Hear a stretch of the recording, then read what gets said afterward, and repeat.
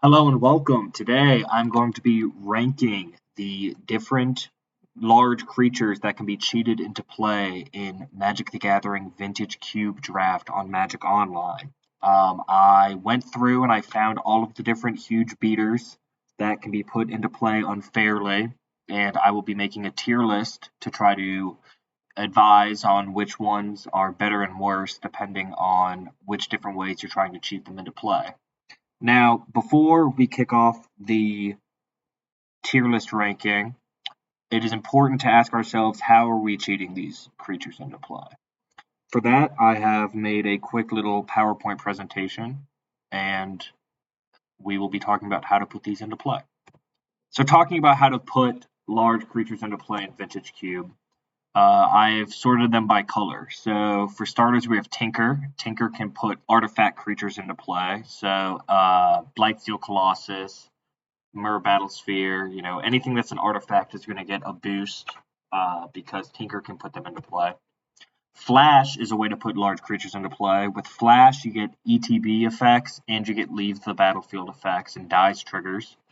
But you cannot activate abilities or do things in the middle of the spell resolving. So you couldn't activate Grizzlebrand, you couldn't fling a creature that you flash into play. So this is only really enter the battlefield and leave effects. As far as putting things into play in blue, show and tell, you and your opponent both get to put something into play. So you need to make sure the thing you're putting into play is much, much, much more powerful than whatever your opponent will be putting in. And then I threw Shelldock Isle on here also. You can hide away anything you want, but something you could put is an Emrakul and get the cast trigger, which is pretty nice. Another traditional way to put things into play, this is in red, you have Sneak Attack and Through the Breach. These usually want to be played in the same deck, likely alongside Show and Tell and or Flash. Both of these will let you put a creature into play and attack with it, and then lose it at the end of turn. So the attack trigger is hopefully very good. Enters and leaves the battlefield effects will happen.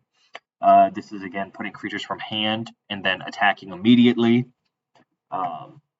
Moving forward, another way to cast creatures is by just having a ton of colorless mana.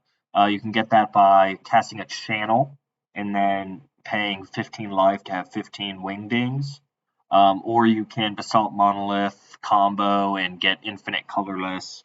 There's lots of other ways to just generate tons and tons of colorless mana in Vintage Cube. These are the two that I chose as kind of the signposts. But things you can cast using only colorless mana get a bump because of this method. Green has the card Natural Order, where you sack a green creature to get a green creature. Importantly, you can only find and put green creatures into play. So for that reason, green creatures get a slight bump. Oath of Druids is a very interesting way to put big dumb idiots into play. You have to only be playing huge creatures, but if you do for 2 mana, you start flipping into some crazy stuff that you get to keep around. It doesn't have haste, but you don't really care if you're just flipping in super powerful things. And then obviously the main way to put huge things into play is by reanimating them from your graveyard. Here are lots of the ways, I think all of the ways encourage Vintage Cube to permanently reanimate a creature. I threw Entomb on there because it is the best card in Reanimator. It just puts what you want in the graveyard, and then you can get it back in all of these different ways. It's the most consistent way to cheat something into play because the cube has so many options. But it does require the creatures able to be put into the graveyard. Some creatures shuffle in when they're put into the graveyard from anywhere, and those get a slight knock because they're not able to be reanimated. I left off from this page, and I'm going to talk separately about Corpse Dance and Shallow Grave. Both of these try to get around the shuffle, and they kind of do a hybrid reanimate through the breach type effect, where you get the creature for 1 turn, and it attacks, and then it gets exiled. So if you're just trying to put something in and gain value over many turns, these are not good with that. But if you have something super powerful that you just want to get in with once, these are good. And also, depending on the wording of the shuffle back into the deck trigger or replacement effect from the idiot that gets put in the graveyard, these might be able to get around it. For example, these can put an Emrakul into play, but they can't put a Blightsteel Colossus into play. And then, of course, the best way to cheat things into play is to not cheat at all, but to actually cast them. So some creatures are castable as kind of a last resort, and some aren't. And this will not be a large part of the ranking. However, it is important to consider when you're drafting. What is the fail-safe? If my opponent has a rest in peace out, am I going to be able to cast my creature, or am I just SOL? So with that covered, we're going to get right into the rankings. So getting into the rankings, first off, we have Blightsteel Colossus. This is an artifact colorless creature, so it's good off of Channel, it's good off of Tinker, it's good to show and tell into play. However, it does have the clause where if it would be put into your graveyard, shuffle it into your library instead. And it is not worded as a triggered ability, it is worded as a replacement effect. So Shallow Grave and Corpse Dance are not able to get around it. However, this is an 11/11 Trample Infect, which is a one-hit kill if you're able to through the breach it or sneak attack it and just kill your opponent in one go. Like I said, you can Tinker, Channel. Overall, it just has so many different ways to be put into play. And once it's in play, it is the most aggressive body, being a one-hit kill at all times. And for that reason, it is going to be starting us off at S. If I were to have these creatures in my deck, that is one of the first ones I'd want to have. Moving on, Griselbrand is next. Griselbrand is a pretty iconic card in Reanimator. It's played in Legacy and Vintage Reanimator. It has the ability of pay 7 life, draw 7 cards. This card is great if you're able to get it into play. It does not work with Flash, as I kind of alluded to earlier. You cannot activate its ability while Flash is resolving. But if you get it into play, you're going to be able to pay 7 life, refill your hand, maybe pay 7 more, and just have this perfect hand. But the card Reanimate and the card Death, 2 of the 5 main ways to reanimate creatures, have you pay life equal to its mana cost. So if you're paying 8 life and then paying 7 more, you're down to 5, assuming you haven't taken any other damage that game. And then you're kind of relying on the ability to hit your opponent before you can get it back up. That said, it's still extremely powerful, and it's more powerful in Constructed because you can build your deck around having pitch spells, around just having different things to do. Whereas in Vintage Cube, you can draw 7 cards and just have nothing to do with 0 mana up and end your turn, discard. And then if your opponent removes this on their turn, all you've done is spend 15 life to draw maybe 4 cards. I think Griselbrand is one of the better things to be doing in Reanimator. And, obviously it's good to sneak and show and all that good stuff. But I'm just going to put it in B tier. I am a big advocate for tier lists needing to look like kind of a bell curve. I can't just put everything in A. So we're going to put it in B and maybe move it around later. Next up is Vaultborn Tyrant. Now, this card has an enters and leaves the battlefield effect. And when it leaves, you pretty much get another copy of it. You're going to draw some cards and gain some life. All of that is good. And then it's also green, so natural order is in play. Now, what's interesting about this card is you can flash it, get the draw gain trigger, it'll leave, then it'll come back, you'll get another draw gain trigger, and you'll just have the 6/6 that you paid for. So that's great. It works with natural order. If you do any sort of temporary put into play, through the breach, sneak attack, it will end up coming back as a creature. So I kind of like it a little more than Griselbrand for that reason. It is going to gain you life instead of costing you life to draw cards. And if you draw 3 cards off it and just keep the body around, you're really just doing what you want to be doing. I think it's probably in the same tier as Griselbrand. I'd put it a little higher. But it's more castable in green decks than Griselbrand is in black decks, just costing less, and green can make more mana anyway.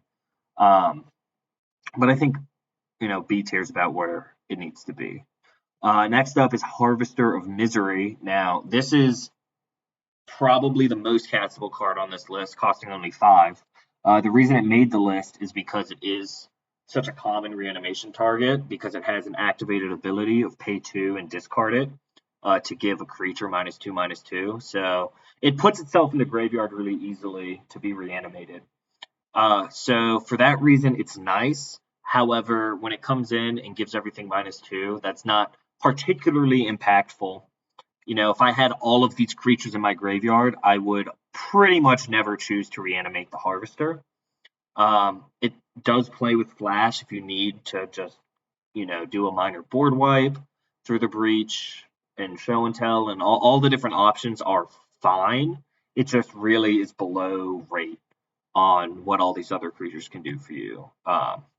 So play it because it is so good at putting itself in the graveyard, and really all Reanimator decks should try to play this if they can. But it just isn't the same caliber as these other cards. Next up is Mirror Battlesphere, and it makes bodies for you. It's tinkerable, and you can cast it off colorless mana. So for all these reasons, it is a nice threat to have in play. But I just have always found the clock to be too slow. You attack, you make it an 8/7 and shoot them for 4. So it takes a couple attacks, even if they don't have blockers. And if they do, then, it could take 4 or 5 turns to finish a game. But again, it's good in that if you through the breach it, you'll be left with mirrors afterwards. If you reanimate it, you just have bodies. If you tinker for it, it's the second best artifact creature to be tinkering for. They used to have a Titan that was like 9/9 flying vigilance trample, but they took it out. And since they took it out, that kind of takes away the competition for tinker targets that are creatures. There's obviously very, very good non-creature tinker targets. And you can cast it off colorless with infinite mana and trigger all your colorless stuff. So I think I'm going to put it in C tier just because it's versatile, but it just isn't the threat it needs to be. Next up, I forget the name of this card. Torsten? You have Torsten. And Torsten is super good. It comes in and it looks at your top 7 and lets you get creatures and lands from among them into your hand. So if about 40% of your deck is lands, it should draw you 3 lands on average. And then if another, let's say 20-30% of your deck is creatures on the low end, you're probably drawing a creature or 2. So just on the ETB, you're drawing 4 or 5 cards almost every time. Then when it leaves the battlefield, or let me check that. When it dies, so not when it leaves the battlefield. When it dies, you make 7 1/1 lifelinkers. So it's really the best of both worlds, where you're getting a wide board and drawing cards. It's green, so it's natural orderable. It's an enters and dies effect, so it's one of the best things to use Flash with.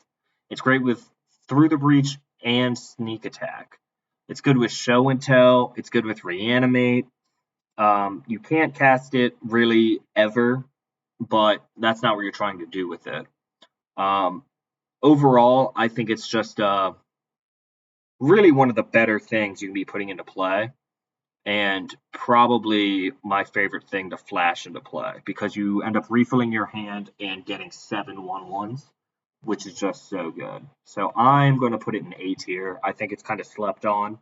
I see it table super often, whereas I never see Crystal Brand table. But I really think it's quite the threat. Next up, we have Metamorphosis Fanatic, and it is a 4/4 for 6. And that, although that doesn't seem that good, when it enters, you get to reanimate something and put a lifelink counter on it. Plus, the creature has Miracle for 1 and a black. So it's great in your reanimator decks, and it's in my opinion, the best reanimate target in your reanimator decks, because hopefully you'll have more than one creature in your yard. So you get this back, and you get your other best creature back with the lifelink counter, and then you're just in business. Also, great tech you can do with this is using Vampiric Tutor or Imperial Seal to tutor this to the top of your library so you can miracle it. It's super good. It just does everything you need it to do. You can flash it, but that's not really... Reanimate and flash are just different decks, so that's not really what you're looking to do. This is really just for a reanimator, but like I said, it's one of my favorite creatures to reanimate. I'm going to put it at the...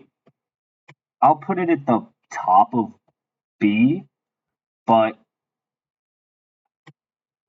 no, I'm going to put it at the bottom of A. I really think it's just so good. It's so versatile, and it just lets you cheat more things into play. And I think it's really underrated. Or it might be appropriately rated. I never see it table, but it's just one of the better creatures you can have. I felt white was underrepresented, so I got their most expensive creature in Overlord. What you really want to be doing with this card is impending it for 4 and then flickering it with Failio. But you can reanimate it. You know, if you reanimate it or flash it or sneak attack it, it's a 6/6 that comes with 2/2/1 flyers. You know, and that's not nothing. You really are only going to be putting it into play either from your graveyard or through some sort of sneak attack show and tell method. I wouldn't flash it. I wouldn't show and tell it. Definitely wouldn't natural order it. That's not allowed. And you're not hard casting it if you're doing a good job playing Magic. So I think it's lower on the list. It's not tinkerable, so I got to put it below Battlesphere. But again, white was underrepresented. Had to give it some love. Next up is Atali. So it's 7/7 for 7. And when it comes in, you flip cards from both decks until you hit a non-land, and then you cast them both for free. Extremely powerful, you know, and it's an enters the battlefield effect, so you get it off of all of them. Shallow Grave, Through the Breach, Reanimate, just flash. However you're putting this into play, you're getting good stuff off of it. And although you don't know what your opponent's doing, you know what you're doing.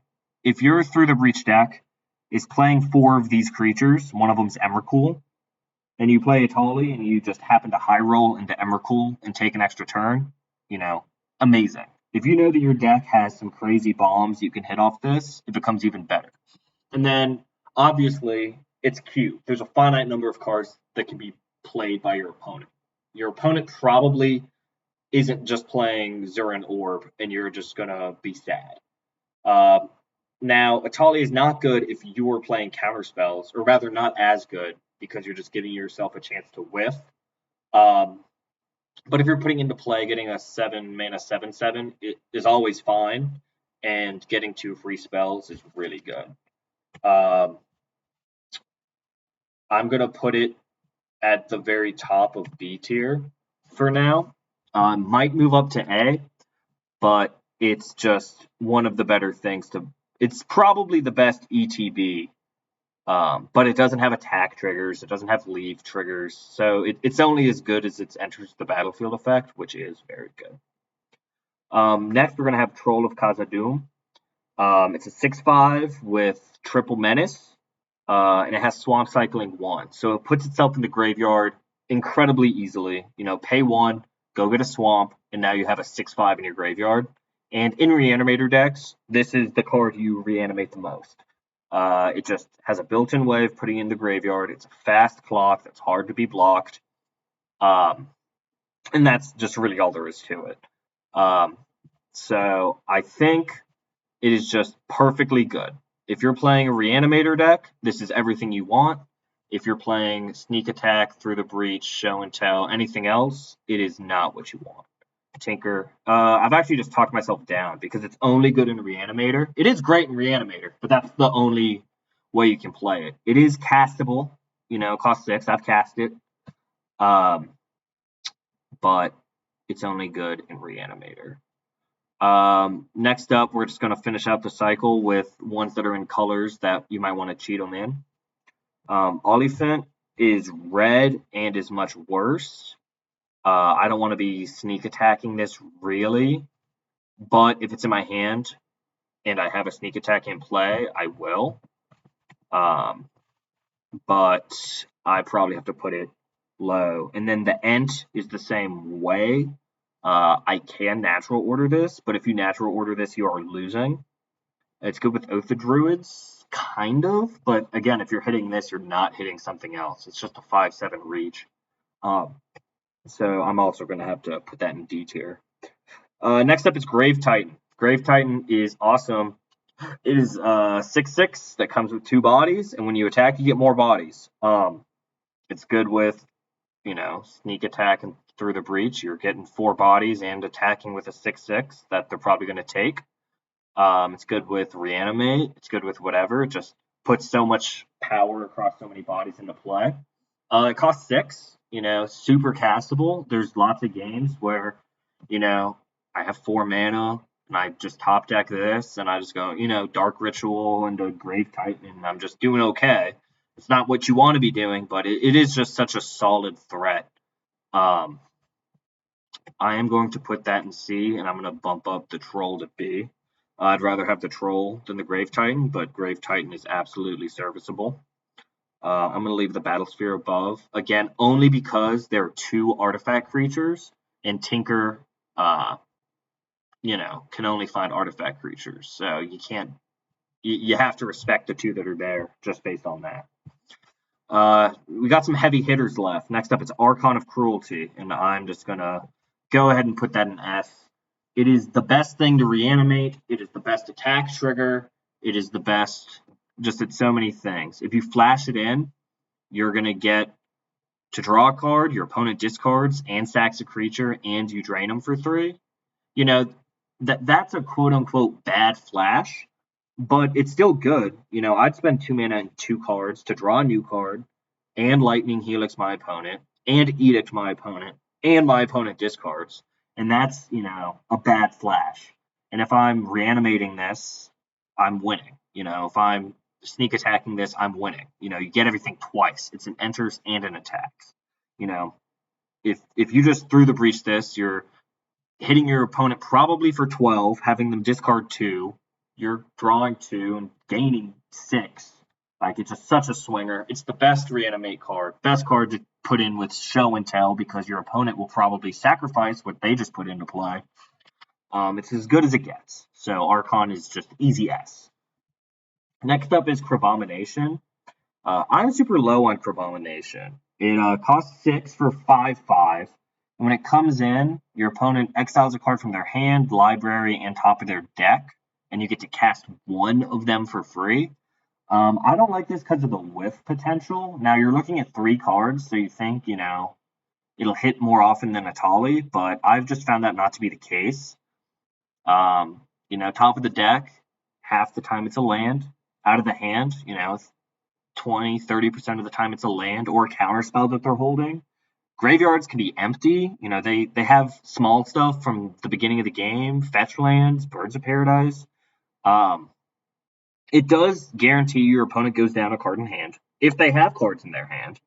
But it's a 5/5 for 6. I never feel good casting it, because usually if you're casting it, your opponent's empty-handed because it's late in the game. So I'm really pretty low on Crabomination. I would rather be putting an Overlord into play, if I'm being honest. And you would put them into play about the same way. So I'm going to put it down here. Next up is Atraxa Grand Unifier. I'll go ahead and put this up in A tier. When it comes in, you look at the top 10 and put any number of cards with different types into your hand. So usually it amounts to draw 5, get instant sorcery, creature, land, artifact, or enchantment, or just whatever. You'll usually get 5. And you select the 5 out of the top 10. So it's like tutoring twice or 3 times, or just however you want to try to convert that. and that's an enters trigger. So you get it off flash. You get it off through the breach. You get it off show and tell. You can get it off of natural order because it's a green creature. It's a 7/7 flying lifelink vigilance. You know, it'll stabilize for you. If they remove it, they've spent a card and you've drawn 5 cards. You're way ahead. All the different ways to put it into play are all worth doing. Super good. So it's going to go in A tier for that. Next up is World Spine Worm. And this is going to be another A tier, I believe, because no, it's actually going to get bumped down because it's not reanimatable. When it dies, you make 3 5/5s. And when it is put into your graveyard, shuffle. So it's a trigger, not a replacement effect. So Shallow Grave and Corpse Dance do play with World Spine Worm. World Spine Worm is probably the best thing to flash.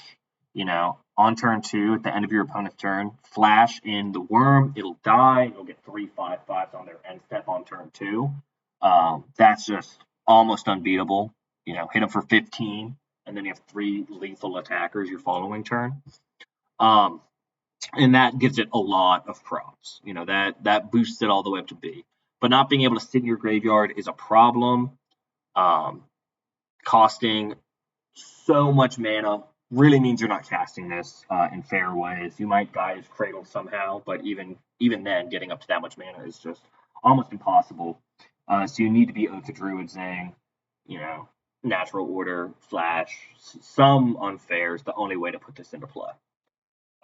But that said, it's so good when you do. Next up is Woodfall Primus. And this one is, I'm going to say the bottom of A. It is so good at so many things.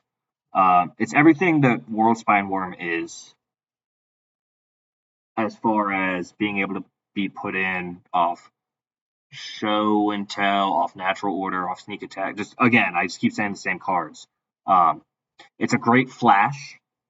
Also, because you flash it and destroy one of their lands, then it dies and persists back, and you destroy another one of their lands and keep a 5/5. That's amazing. You've just double strip mine for 2, and you still have a 5/5. You can reanimate this, which you can't do for the worm, which bumps it up the full tier. It really is just very mean. It stops your opponents in their track. And all the ways to cheat into play, other than Tinker and just having colorless mana, are in play. You know, sneak attack through the breach, you'll sacrifice the end of turn and get a second Primus trigger and just blow up and keep your opponent in check. Really, that's just enough said about how good this card is. I'd play it above any of these down here. And then finally, we have Emrakul, the Aeon's Torn. And I'm going to put that at the bottom of S tier. Now, people might get mad that it's not higher, but you can't reanimate it outside of Shallow Grave and Corpse Dance. And as we talked about in the how to put things into play part of the video, reanimate is the most prevalent way to put creatures into play. And that is off the table. Also, one of the most powerful parts of Emrakul is the cast trigger. When you cast it, you take an extra turn. But if you're not casting it, you're not getting that extra turn. So unless you're generating tons of colorless mana, you're quote unquote only getting the body, which is an insane body. A 15/15 flying Annihilator 6 is great. And if you're putting into play and attacking with it through the breach, then your opponent's stacking 6 things and taking 15, they're probably dead. But that's really the way to put it into play. You can't natural order it. You can never cast this card unless you have infinite mana. You're not just gonna have 15 islands lying around late game and be like, oh, I topped out Emrakul, let me cast that. But it is just as good as it gets as far as show and telling something into play, through the breaching something into play. Annihilator 6 is backbreaking, and it just is Emrakul. You know, at some point, it's Emrakul. And if you do cast it, you win the game 100% of the time. I've never cast this card and actually gotten to attack them. They always concede. So yeah, I am looking back at the list, and I think I like it exactly how it is. Um, I kind of did it off the cuff without, prepping and really thinking where I was going to put things. But I got a nice distribution, and I think this is the order I would be picking cards. Um, Archon might be above Colossus, but again, Tinker is such a good card, and there's only 2 creatures to Tinker. Um, Reanimate is so prevalent, and that allows you to Archon. But if you're getting either of these, you're happy. And if you're doing Reanimate stuff, Flash stuff, and getting any of the ones in A tier, you're happy. But yeah, that's my ranking for Vintage Cube Big Stupid Idiots. So if you think I'm wrong, let me know in the comments. I'm recording in a new way, and hopefully my audio is coming through better. So if you, for some reason, watched my first video and have watched all of this video and you have opinions on my audio, please let me know. I have other tier list Vintage Cube ideas, including, what pack one pick one should be, what are the best 1-mana spells, different things like that. So if you want me to do any of those, leave that in the comments. But otherwise, I'm just trying to figure it out with this new channel. So thanks for watching, and I've never really ended a video before.